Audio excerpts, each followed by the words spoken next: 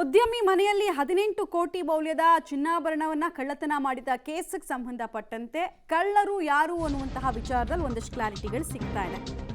18 ಕೋಟಿ ಮೌಲ್ಯದ ಚಿನ್ನಾಭರಣಗಳನ್ನ ಕದ್ದೊಯ್ದಂತಹ ಗ್ರೇಟ್ ರಾಬರಿಗೆ ಸಂಬಂಧಪಟ್ಟಂತಹ ಡೀಟೇಲ್ಸ್. ಈ ಮೊದಲು ಕೆಲಸಕ್ಕಿದ್ದಂತಹ ದಂಪತಿಯಿಂದಲೇ ದರೋಡೆಗೆ ಪ್ಲಾನ್ ಆಗುತ್ತೆ. 8 ವರ್ಷಗಳಿಂದ ಮಾಯಾ ಮತ್ತು ವಿಕಾಸ್ ಅನ್ನೋರು ದರೋಡೆ ಮಾಡಿದ ಮನೆಯಲ್ಲಿ ಕೆಲಸಕ್ಕಿರ್ತಾರೆ. ತಿಂಗಳ ಹಿಂದೆ ವೈಯಕ್ತಿಕ ಸಮಸ್ಯೆ ಅಂತ ನೆಪ ಹೇಳಿ ಕೆಲಸ ಬಿಟ್ಟಿರ್ತಾರೆ ಇವರಿಬ್ರು ಕೂಡ. ಕಮಲಾ ಮತ್ತು ದಿನೇಶ್ ಅನ್ನೋರನ್ನ ಕೆಲಸಕ್ಕೆ ಸೇರಿಸಿ ಅವರು ಹೋಗಿರ್ತಾರಲ್ಲಿದ್ದ ಜಾಗ ಖಾಲಿ ಮಾಡಿರ್ತಾರೆ. ಕೆಲಸಕ್ಕೆ ಸೇರಿದ 20 ದಿನಗಳಲ್ಲೇ ತಮ್ಮ ಕೈ ಚಳಕವನ್ನು ತೋರಿಸಿದ್ದಾರೆ ಕಮಲಾ ಮತ್ತು ದಿನೇಶ್. ಕಳ್ಳತನಕ್ಕೂ ಮುಂಚೆ ಎಷ್ಟು ಪ್ಲಾನ್ ಮಾಡ್ಕೊಂಡಿದ್ರು ಅಂದರೆ ಕಮಲಾ ಹೆಸರಲ್ಲಿ 10 ಬ್ಯಾಂಕ್ ಖಾತೆಗಳನ್ನು ಬೇರೆ ರಾಜ್ಯದಲ್ಲಿ ತೆರೆದಿದ್ರು ಅಂತ. ಮುಂಬೈನಲ್ಲಿ 10 ಬ್ಯಾಂಕ್ ಅಕೌಂಟ್ಗಳನ್ನು ಓಪನ್ ಮಾಡಿದ್ರು.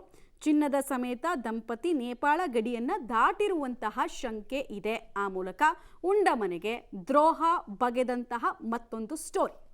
ಡೀಟೇಲ್ಸ್ ಕೊಡ್ತಾರೆ ನಾಗೇಶ್. ಈಗ ಇವ್ರನ್ನ ಹಿಡಿಯೋ ಪ್ರಯತ್ನದಲ್ಲಿರುವಂತಹ ಪೊಲೀಸರಿಗೆ ಏನಾದರೂ ಇವ್ರು ಎಲ್ಲಿದ್ದಾರೆ ಅನ್ನೋದ್ರ ಬಗ್ಗೆ ಸುಳಿವು ಗಿಳಿವು ಸಿಕ್ಕಿದೆಯಾ? ಏನೇನು ಮಾಹಿತಿಗಳಿದೆ? ನಮ್ಮದು ಉದ್ಯಮಿ ಶಿವಕುಮಾರ್ ಎಂಬುವರ ಮನೆಯಲ್ಲಿ ಬರೋಬ್ಬರಿ 18 ಕೋಟಿ ಮೌಲ್ಯದ ಚಿನ್ನಾಭರಣವನ್ನು ಕಳ್ಳತನ ಮಾಡಿಕೊಂಡಿದ್ದಂಥ ಪ್ರಕರಣವನ್ನು ಈಗಾಗಲೇ ಮಾರತಳ್ಳಿ ಪೊಲೀಸರು ತನಿಖೆ ಮಾಡುವಂಥ ಕೆಲಸಕ್ಕೆ ಮುಂದಾಗಿರುವಂಥದ್ದು. ತನಿಖೆ ವೇಳೆ ಯಾರು ಕಳ್ಳತನ ಮಾಡಿದ್ದಾರೆ ಅನ್ನುವಂಥದ್ರ ಬಗ್ಗೆ ಒಂದಷ್ಟು ಕ್ಲಾರಿಟಿ ಪೊಲೀಸರಿಗೆ ಸಿಕ್ಕಿದೆ ಅನ್ನುವಂಥ ಮಾಹಿತಿಗಳು ಕೂಡ ಸಿಗ್ತಿರುವಂಥದ್ದು. ಈ ಹಿಂದೆ ಕಳೆದ 8 ವರ್ಷಗಳಿಂದ ಶಿವಕುಮಾರ್ ಅವರ ಮನೆಯಲ್ಲಿ ಕೆಲಸ ಮಾಡ್ಕೊಂಡಿದ್ದಂಥ ದಂಪತಿ ಮಾಯಾ ಮತ್ತು ವಿಕಾಸ್ ಏನಿದ್ದಾರೆ, ಇವರು ಕೆಲವೊಂದು ಕಾರಣಗಳನ್ನು ಅನಾರೋಗ್ಯದ ಕಾರಣಗಳನ್ನು ನೀಡಿ ಇತ್ತೀಚೆಗೆ ಹೊರಗಡೆ ಹೋಗಿರ್ತಾರೆ. ಅದಾದ ಬಳಿಕ ಇವರಿಗೆ ಪರಿಚಯ ಇರುವಂಥ ದಿನೇಶ್ ಮತ್ತು ಆ ದಂಪತಿಗೆ ಬಂದು ಅದೇ ಮನೆಯಲ್ಲಿ ಕೆಲಸಕ್ಕೆ ಹೋಗುವಂಥ ಕೆಲಸವನ್ನು ಕೂಡ ಮಾಡೋಗಿರ್ತಾರೆ.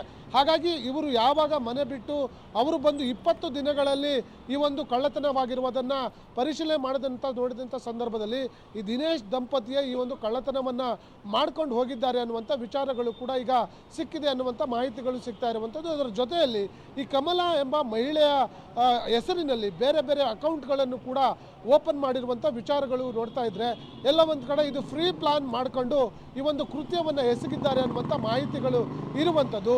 ಕದ್ದಿರುವ ಚಿನ್ನದೊಂದಿಗೆ ಈ ದಂಪತಿ ನೇಪಾಳದ ಗಡಿ ಸೇರಿರುವಂಥ ಶಂಕೆ ಈಗ ವ್ಯಕ್ತವಾಗಿದ್ದು ಪೊಲೀಸರು ಈ ಆರೋಪಿಗಳ ಜಾಡನ್ನು ಹಿಡಿದು ಹೋಗಿದ್ದಾರೆ ಅನ್ನುವಂಥ ಮಾಹಿತಿಗಳು ಈಗ ಸದ್ಯಕ್ಕೆ ಸಿಕ್ಕಿರುವಂಥದ್ದು. ಒಂದು ವೇಳೆ ನೇಪಾಳದ ಗಡಿ ದಾಟಿದರೆ ಈ ಹಿಂದೆ ಬೆಂಗಳೂರಿನ ಹಲವು ಪ್ರಕರಣಗಳಲ್ಲಿ ನೇಪಾಳದ ಗಡಿ ದಾಟಿರುವಂಥ ಆರೋಪಿಗಳು ಸಿಕ್ಕಿರುವ ಉದಾಹರಣೆ ಇಲ್ಲ. ಅದೇ ರೀತಿಯಲ್ಲಿ ಇದು ಸೇರ್ಕೊಳ್ಳುತ್ತಾ ಅನ್ನುವಂಥದ್ದು ಕೂಡ ಈಗ ಇರುವಂಥ ದೊಡ್ಡ ಪ್ರಶ್ನೆ ಆಗಿರುವಂಥದ್ದು. ರೈಟ್, ಹಾಗೆ ಸಂಪರ್ಕದಲ್ಲಿರಿ ನಾಗೇಶ್, ನಿಮ್ಮ ಜೊತೆ ಮತ್ತೆ ಮಾತನಾಡ್ತೀನಿ. ಬೆಂಗಳೂರಿನ ಬಹುತೇಕ ಅಪಾರ್ಟ್ಮೆಂಟ್ಗಳಲ್ಲಿ ಸೆಕ್ಯೂರಿಟಿಯಾಗಿ ಬಂದು ಸೇರ್ಕೋತಾರೆ ಈ ನೇಪಾಳದವರು. ಯಾರು ಹಿಂದೆ ಮುಂದೆ ವಿಚಾರಿಸಲ್ಲ, ಸುಮ್ಮನೆ ಕೆಲಸ ಕೊಟ್ಬಿಡ್ತಾರೆ, ಕಡಿಮೆ ಸಂಬಳಕ್ಕೆ ಬರ್ತಾರೆ ಅಂತ. ಇತ್ತೀಚೆಗಿಂತ ಕಳ್ಳತನದ ಪ್ರಕರಣ ನೇಪಾಳದವರಿಂದನೇ ವಿಪರೀತ ಆಗ್ತಾ ಇದೆ.